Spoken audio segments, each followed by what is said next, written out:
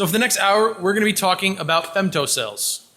A femtocell is a low-cost, low-power consumer product designed to increase cellular signal coverage. It's basically a miniature cell tower. It is also a Linux box, and if you hack it, you can intercept the phone calls, text messages, and web surfing of nearly anyone within range. We're not going to talk about Prism, we're not going to talk about Snowden and any of that political stuff. This presentation is going to focus on the technical facts. Well, mostly technical facts. There's been many conversations over the last few days, and after lengthy discussions, Verizon has asked us to include these bullets.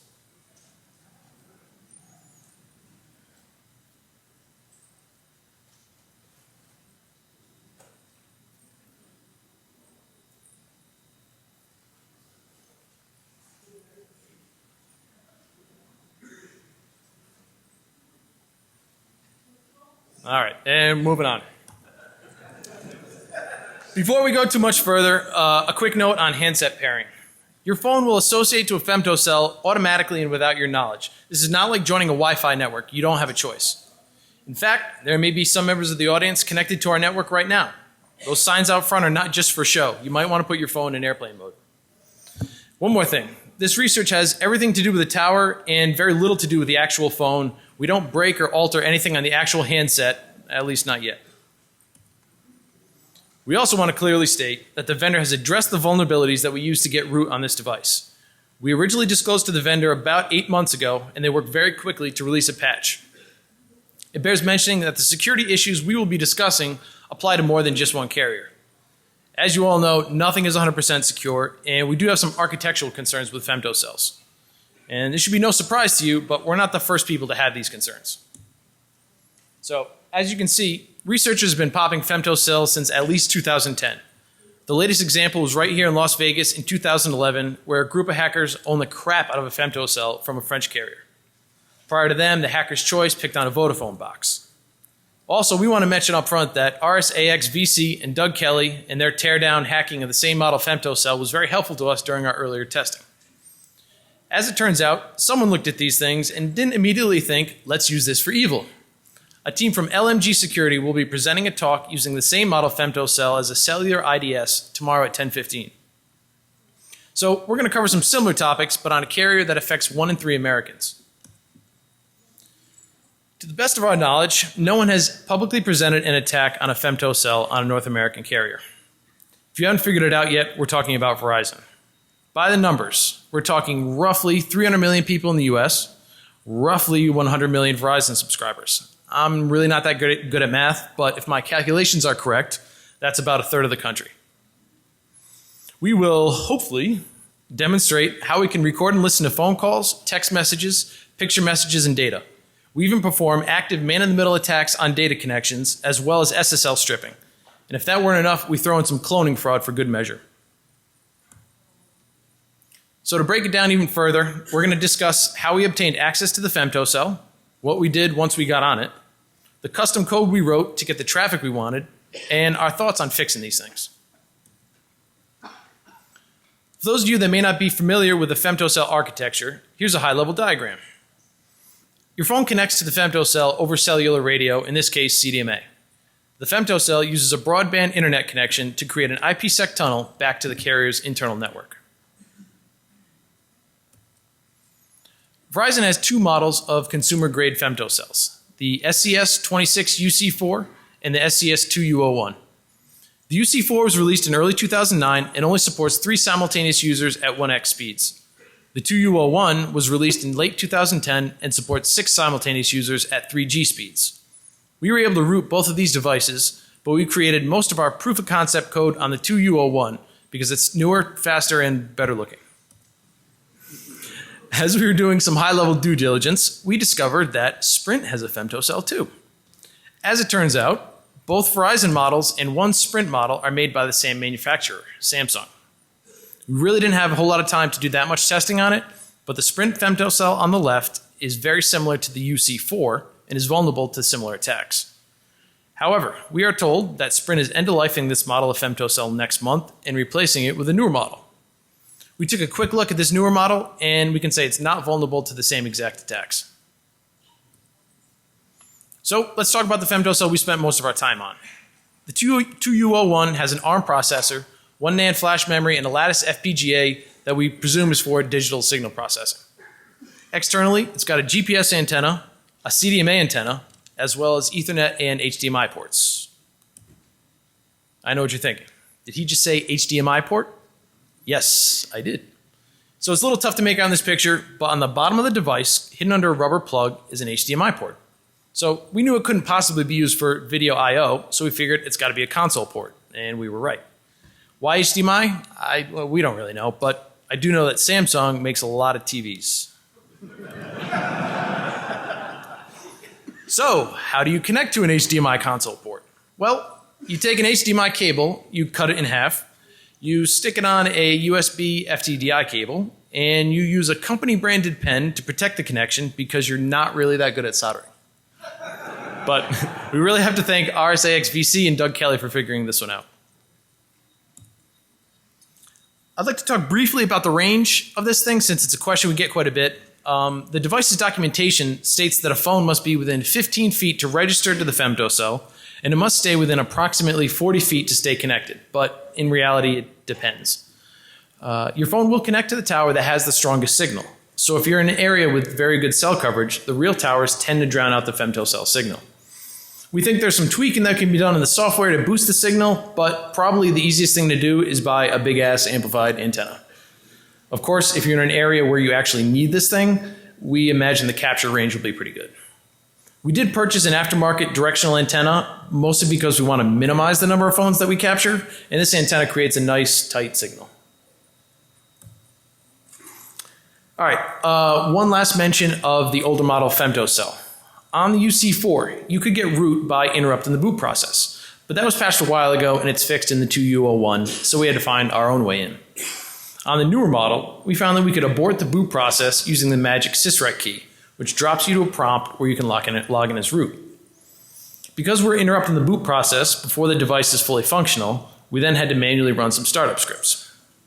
Once at the proper run level, the device will start custom UbiCell binaries and connect the device to the carrier's network. As we mentioned, these techniques will no longer get you root on a patched device, but they're pretty handy tricks and they might be useful when testing other embedded devices. So now that we established a presence on a mini cell tower, let's poke around and see what we can see. The 2U01 runs a customized version of Monte Vista Linux 5, kernel version 2618. It includes a very stripped down Linux system, a few device drivers, and proprietary software to control its operation as a base station. It also includes Authentic's QuickSec VPN client, which is packaged as a kernel module, and I'll get more into this later. So this is great. We're root, but it's a pretty bare bones Linux system and there's not too many helpful commands available. There's no text editor. If you start a long running command, you can't control C out of it, stuff like that. It was just very annoying to work with. Sed's a little unwieldy, but we can use it to edit SSHD config to allow interactive root login. And so we did that. And flushed IP tables, and that made things much easier to work with. So great, we can SSH in, but we still have to run the sed command every time we turn the thing on because the file system obviously is pulled fresh on every boot. So we figured we could edit and reflash the firmware, but we really didn't want to run the risk of creating a doorstop. So we continued looking around and eventually we noticed a persistent file system location. So things are getting a little more interesting. We found a persistent place to store files, but that doesn't necessarily give us persistent root access, right? So we just catted all the things and spent a lot of time in /etc, and we finally came across a script that appears to control some kind of debug mode. And for the record, that's not our typo in that echo statement. We created a file named .ubrc, put it in the mount onan directory, and were rewarded with a typo in the boot output. It worked. So, more importantly, this ubrc file gets executed on startup, and we can put our own commands in there, and they'll be executed by root every time the unit boots. So it's just an incredible time saver. We use it to patch SSHD, flush IP tables, and drop us into a root shell automatically. So the next hurdle's been overcome, and we now have persistent root access. Let's go get some packets, right? Do some eavesdropping. Should be easy. We'll just run TCP dump on the tunnel interface and always see our encrypted packets. IPsec everywhere. What the hell? So it turns out that QuickSec is implemented as a NetFilter kernel module. It steals the packets before they ever hit a regular network interface, does encryption, decryption, and sends the traffic so you can't see anything good using packet capture utilities like TCP dump. So it seems like our fun is over. So now what do we do? Luckily, it's all just engineering. And with that, I'll turn it over to Tom. That's a pretty accurate representation of how the programming went on this project. So setting up the cross-compilation environment for this was a real pain in the neck, but that's why we have interns.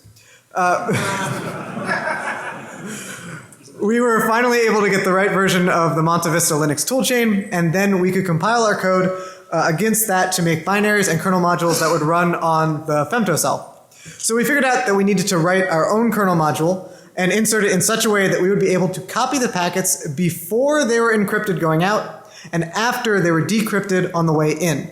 It took a little bit of trial and error, but with that kernel module loaded, we can pass the packets out into userland for logging to a PCAP. So with that hurdle over, let's go after the fun stuff. So we've got plain text packets, but it's a mess.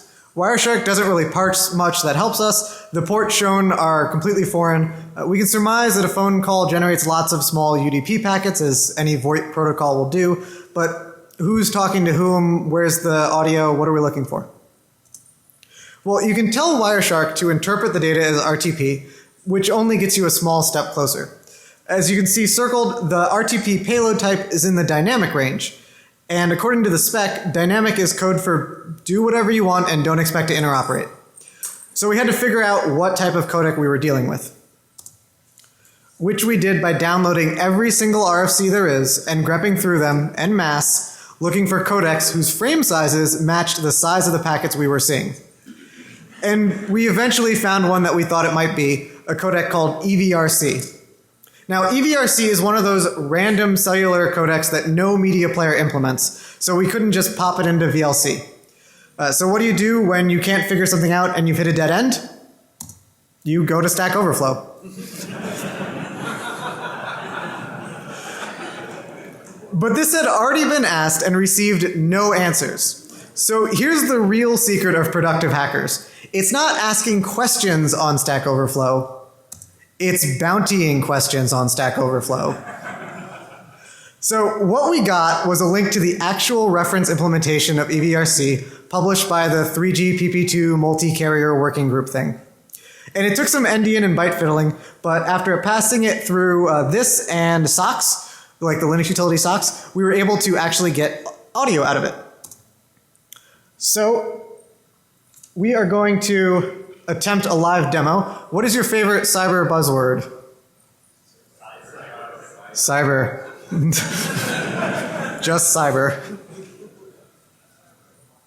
So Doug is placing a call to from a phone that is associated to the Femtocell.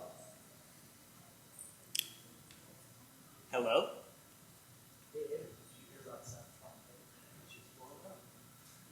That's hilarious, Doug. Hey, let's switch to your computer. Which computer? All right, so now we're going to pull the PCAP and hopefully play it. Boy, I hope this works. So that was before the call was placed. Did you know that you were sending the audio? And there's its ringing. And Hello? There's Andrew. Hey Andrew, did you hear about Cyber Pompeii? That shit's blowing up. That's hilarious, Doug. So that is the live voice demo.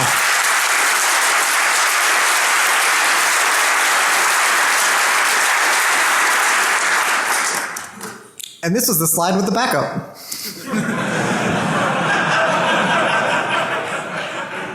So it took us a little while to figure out SMS as well, and we'll spare you the gory details this time. The text message itself is encoded in 7-bit blocks, so it's kind of a pain to decode, but we can get the data out. And we actually made a Wireshark dissector. We also made a Wireshark dissector, but that's not nearly as interesting as trying for another demo. All right, so let's go for it.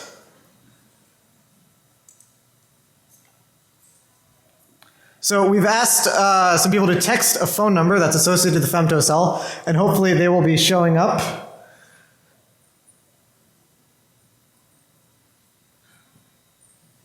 And there it is.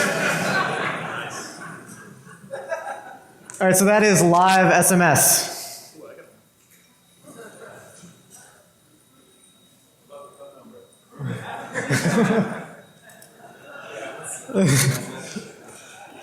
What, no ASCII art? And that was the backup. All right, so we've got voice calls and SMS, but we live in the smartphone era. Let's see some data. Thankfully, it's plain text. This was so much easier. Everything is parsed and displayed in Wireshark. There are more layers and tunnels encapsulating the data, but overall it looks like pretty much any other LAN capture. So let's look at it. With passive interception, we can pick up your MMS because that's not sent over SSL. Did you know that? So let's switch over. And here's an MMS that we captured of you lovely folks.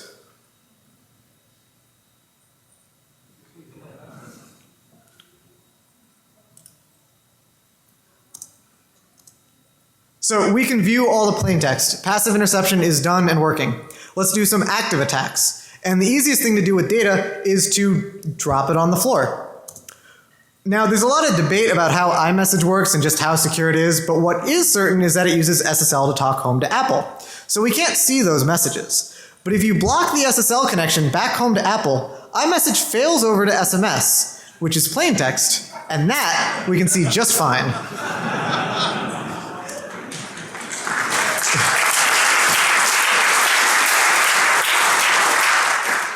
All right, so let's go back to the data. It's plain text, but it's encapsulated all up and down. If we're lucky, it's a fairly nice encapsulation that Wireshark handles for us. If we're unlucky, the normal IP, TCP, and HTTP that you're used to gets encoded and then split across GRE packets. And this is what an unlucky one looks like in Wireshark. In the lower right, you can see the HTTP. In the upper left, you see that there's just something called data. And if you can read it, the frames that are listed are just PPP fragments. That's the HTTP split across multiple GRE frames.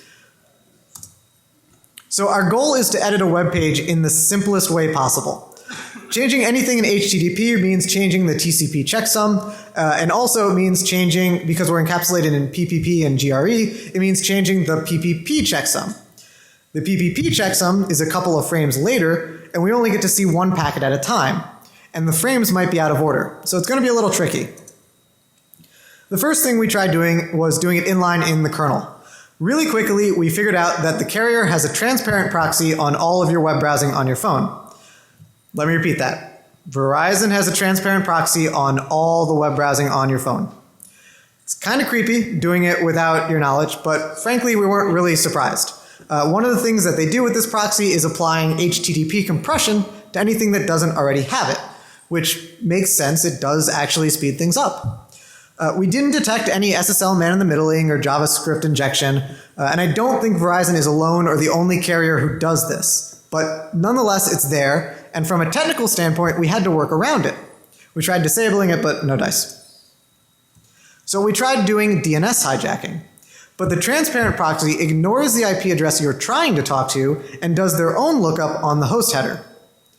So then we tried something crazy, and this got us pretty close. We did the DNS hijacking, and then in our kernel module, we rewrote the traffic from port 80 to port 81, so the carrier wouldn't proxy it. Our server listens on port 81 and responds back, and then on the inbound, the kernel module rewrites it back to port 80. And this worked most of the time. The problem was we'd hit a couple of corner cases, and when it takes hundreds or thousands of packets to load a web page, corner cases add up. So what ended up working was doing all of that, except the server listens on port 81 and redirects the browser to port 8080, which the carrier also doesn't proxy. So in the end, what ends up happening is you open a website, say CNN.com. We DNS hijack you. You try to talk to our server on port 80, but the Femtocell kernel module rewrites your connection to port 81 to bypass the transparent proxy.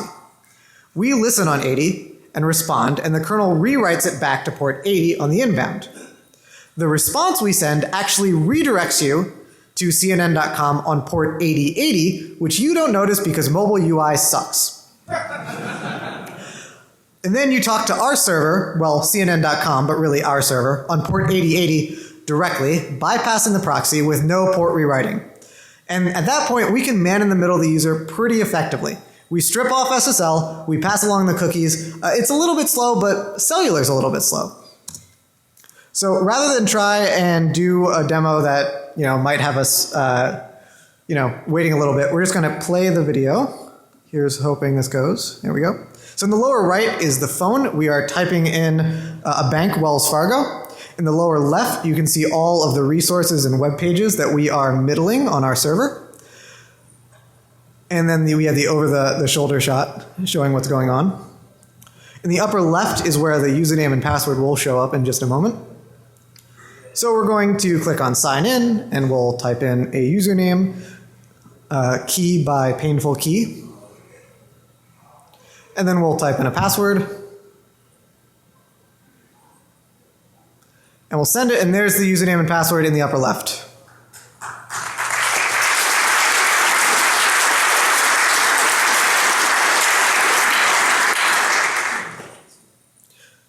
And with that, I'll hand it back over to Doug.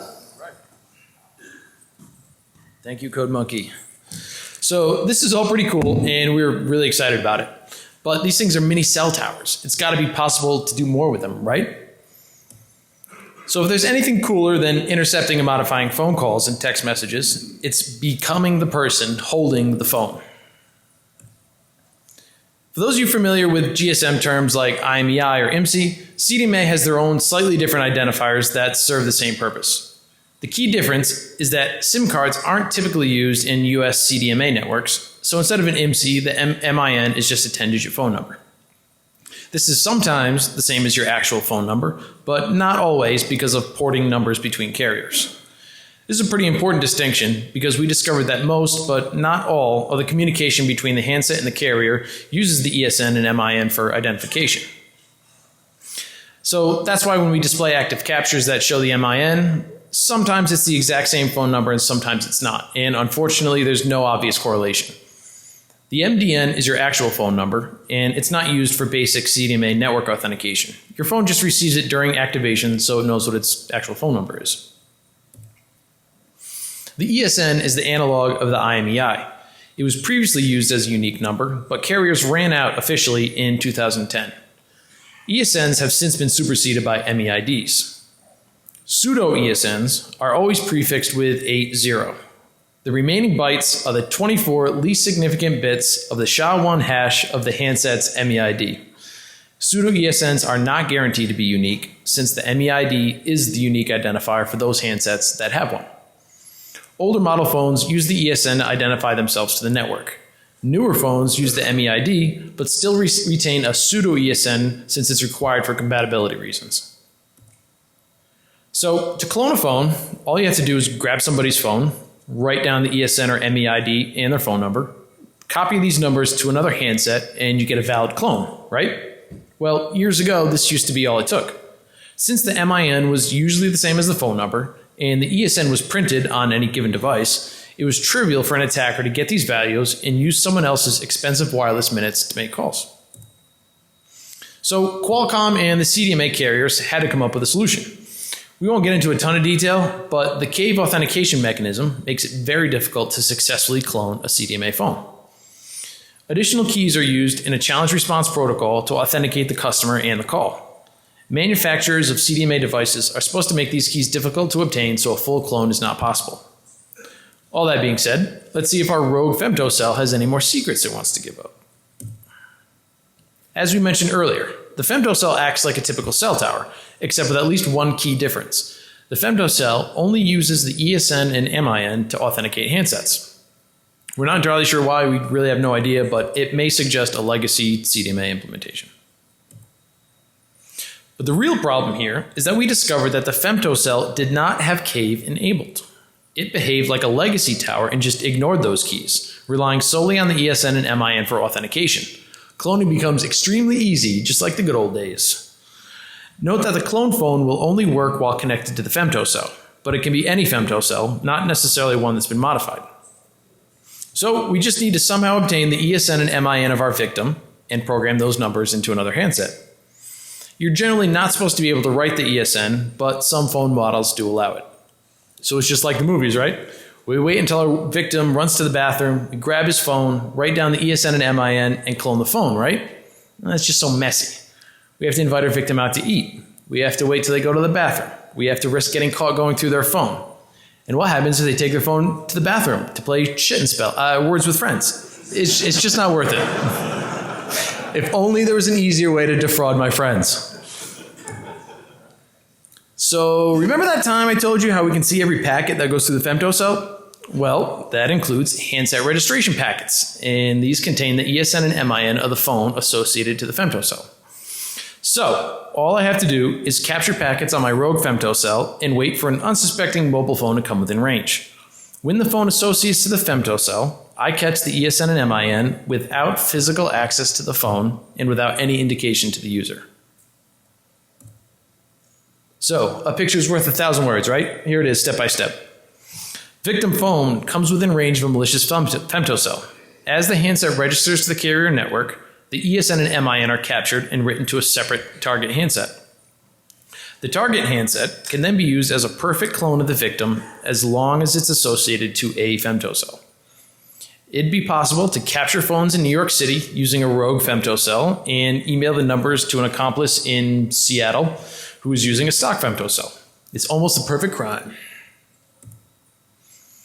So while we were testing for cloning, we noticed our results were a little inconsistent. It probably wouldn't work too well if you were trying to use it as your personal cell phone.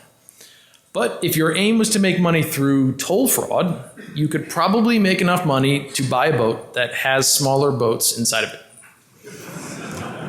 We suspect our problems may have something to do with the relative signal strength of neighboring cell towers, as we saw slightly different results when testing in an urban environment versus a more rural one.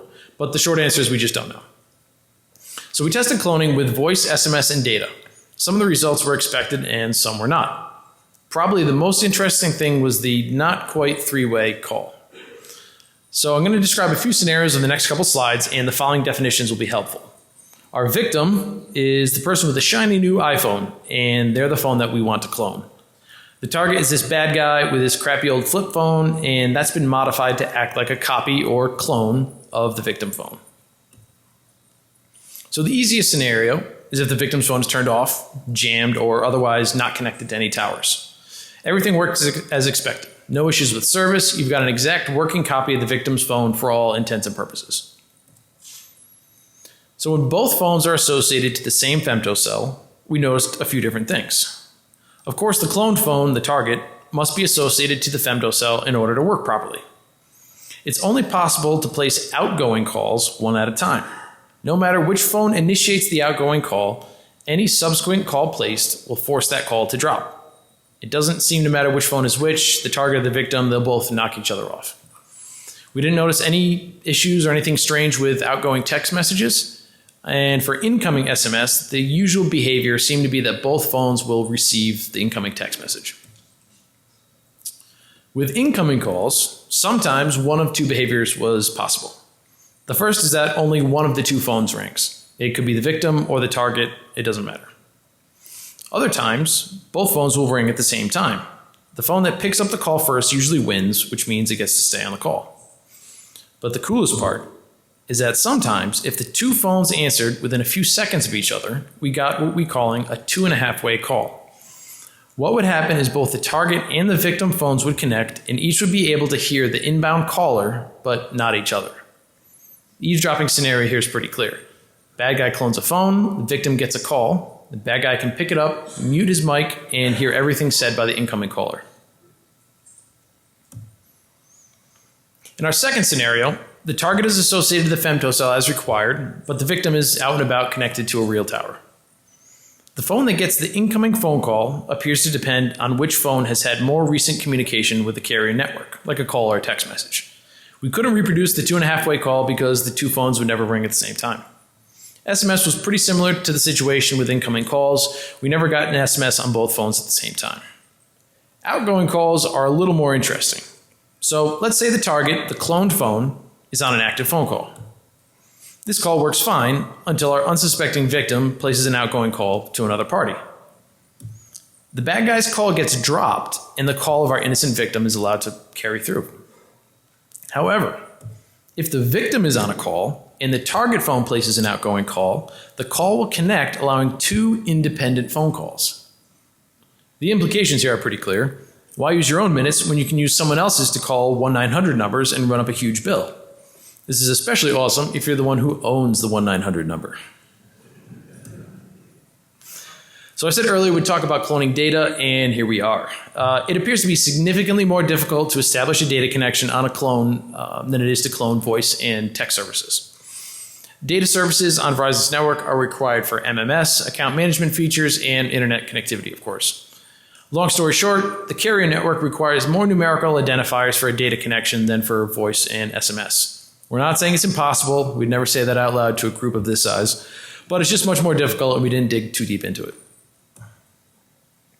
So we have a video of this, which I will hopefully play. So I am calling a phone number. We're going to demonstrate the 2.5-way call. You see both phones are ringing. That's our victim on the left and our target, the clone, on the right. We're going to speed it up because it's a little slow. You see both phones answer and connect reliably. And in a few seconds, I'm going to do some very sophisticated voice testing. Hello? Hello? There you have it, folks. That's what a phone tester does. All right.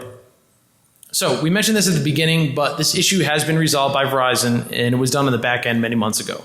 And this is great. It's the right thing to do. Authentication should be checked on the internal network that the carriers control, not on the small box that they don't. And with that, I'll turn it back over to Tom.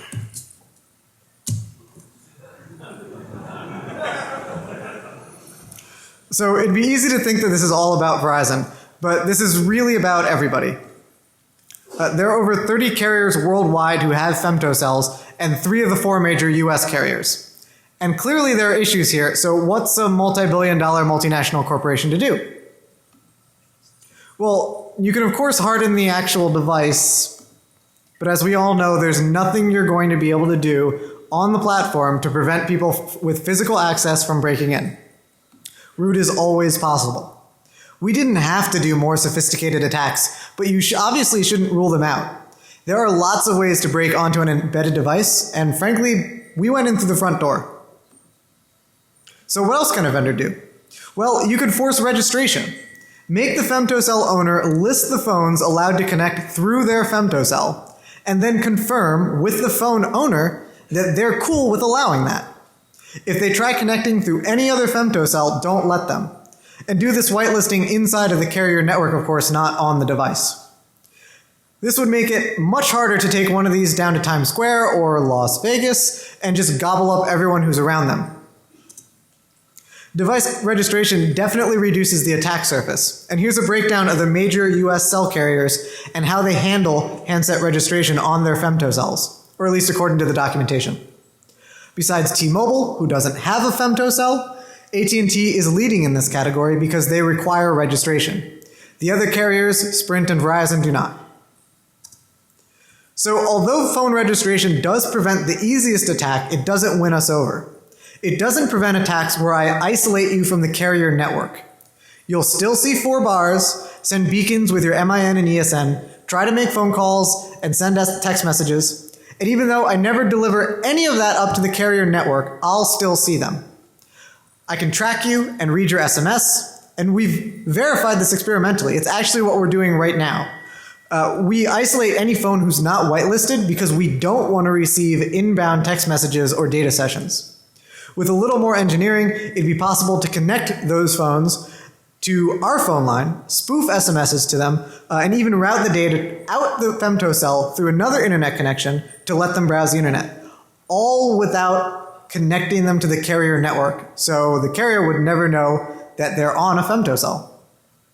So device registration, where the phone opts into using a femtocell, and the femtocell opts into having the phone, is a good minimum level of security, but we don't think it's enough. Really what you should be doing is ditching them altogether. You guys know that there will be bugs in everything, but that said, we like Wi-Fi calling. If the handset is on Wi-Fi, not even your own Wi-Fi, but untrusted Wi-Fi, and it IPsec or SSL tunnels into the carrier network, doing certificate pinning, and the phone is appropriately distrusted from a network perspective, so you can't just go nmapping all their crap, we think you get a much stronger architecture. And you have to do the same type of cell phone authentication you do with the tower, but that's no weaker than what we have now. And what you get is not needing femtocells, which is a win, being able to make calls on your or any random Wi-Fi, which is a win, and those calls are encrypted against the Wi-Fi operator, which is a win. And going even further, you can build in end-to-end encryption to protect the contents of the call against both untrusted Wi-Fi operators and the carrier. And there are individual apps to do this, but they all require the recipient to have the same app. If Google and Apple and BlackBerry built this into their phones and carriers supported this model, we think there'd be a pretty big increase in adoption. So I was just talking about this, but let's sum up and present a couple of other band-aids that you can try. Hardening the femtocells is due diligence, but ultimately it's a losing proposition. You have to do more. Requiring registration prevents untargeted attacks, but only to some degree. Long term, we're just pretty nervous about giving random people, like yourselves, cell phone towers and just hoping you don't break into them. Now, can you tell if you're connected to a femtocell? In the beginning, we said no, but it had an asterisk. We noticed that some Android phones have an icon indicating they are connected to a femtocell. It looks like a little house. And this was only in phones that Verizon had modified. It's not in the Android source or in any stock or flash ROMs. iPhone has no visual indicator at all. There's a short beep at the beginning of phone calls, but it's really easy to miss, and it only if you make a phone call. And somehow, but somehow, these Android phones were detecting femtocells and showing an icon. So we reverse engineered that, and we're halfway done with our own app, the Femtocatcher. So we noticed that the network ID indicates if it's a femtocell. And it's possible to lie about that. We didn't look into how hard it would be. But using this, we can still write a tool that will put a phone into airplane mode when it detects itself being connected to a femtocell. Now, to be clear, we're not marketing this widely or to your extended family. We're building this because we want it. We would rather not have service than be connected to one of these, especially at BlackHat. And we're going to be sharing it with you folks because we thought that you might want that option as well. It's going to be available soon. We have a few kinks to work out in it. And we really have to thank Mira Thambaretti for basically doing all the work on this. So what else can you do proactively? Well, of course, you can encrypt what you do on your phone. And there are a multitude of free and paid apps to do so if you can convince your communication partner to use the same app. So, what else can you do if you root this or another femtocell and you're operating a small cell tower? What would we like to see, in the future? Well, there's WAP. WAP is basically web browsing for flip phones. It uses custom protocols, it's heavily proxied, it does SSL man in the middling, whether they tell you that or not. But we still think it's a valuable research target. Now you might think WAP is dead, but it's actually used by a couple billion people in the developing world, and smartphone manufacturers and carriers are still developing and investing in it.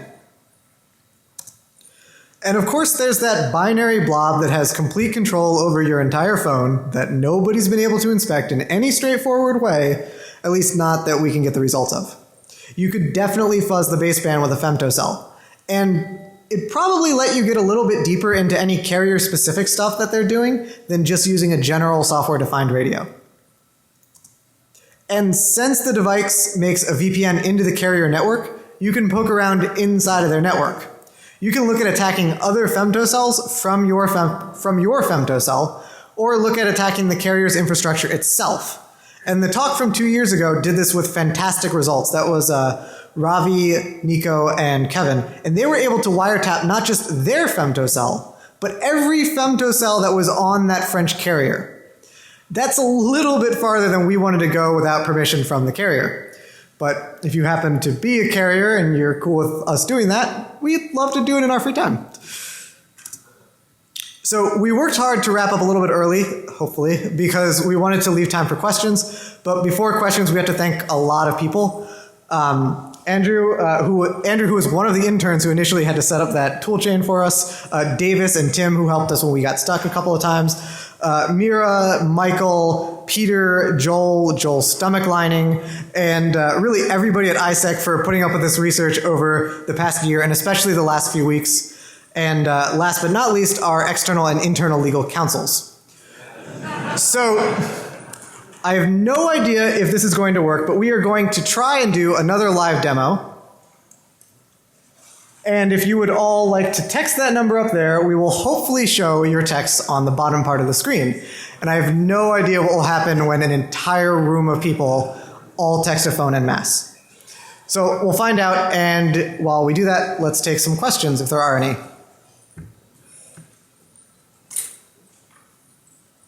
There are mics in the... Is this a trick to harvest everyone's phone's number? No comment. No comment. Next question.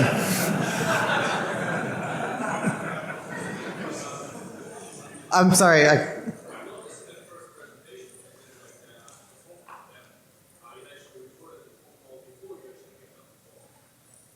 Yes, so in the first demo, we were listening to the mic on the phone before the phone call connected. You are sending your audio while it's ringing into the carrier's network. Even a little bit before it's ringing is our experience. Once you hit send. Pretty much once you hit send, yeah.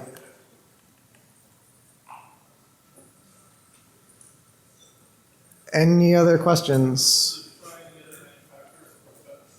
Did we try any other manufacturer of the femtocells? We did not create a proof of concept on any other manufacturer, and the brief testing that we did on the Sprint femtocell was really just to confirm if we could get root the same way. It is likely possible, but we didn't try it for lack of time.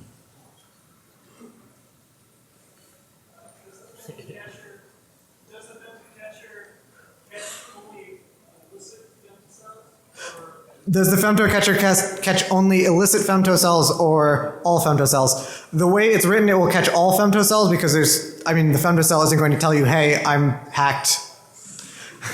And like we said, it's possible to lie about the network ID. We don't know how difficult that is. In the US, the FCC controls the airwaves. And how concerned are you that the femtocell, that they can come after you because you're transmitting? Do you operate underneath the carriers? So this is about the FCC. How concerned are we that they might come after us because we are operating? I mean, these devices are sold and they're meant to be put in your house, and they're apparently allowed by the FCC. So we were relatively comfortable with that, and so were our lawyers. Actually, they're low enough power that they fall. Okay, so you're saying they're low enough power so that they fall underneath the guidelines. So maybe unplug that antenna.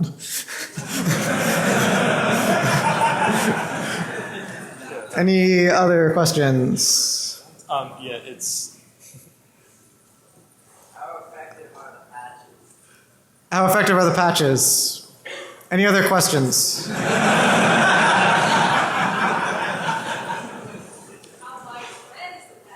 How widespread is the patch? So the patch is pushed down to all the units that are, on. It's like automatic. It's not something you install, obviously. It's basically pushed down over the wire. Automatically. Automatically.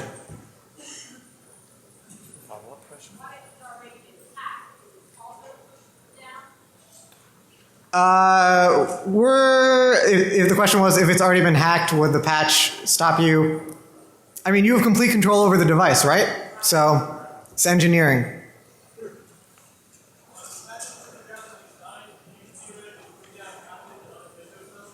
He asked if the patches are cryptographically signed so you could potentially push patches to other femtocells. I don't know the answer to that.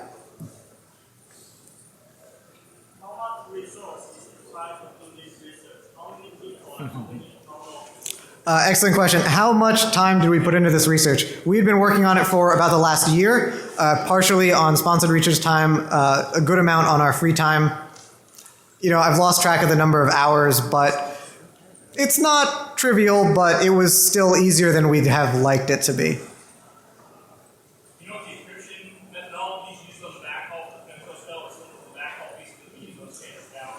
The question was, do we know if the encryption from the femtocell to the carrier is similar or the same as the regular tower into the carrier? And the answer is I have no idea. Sorry.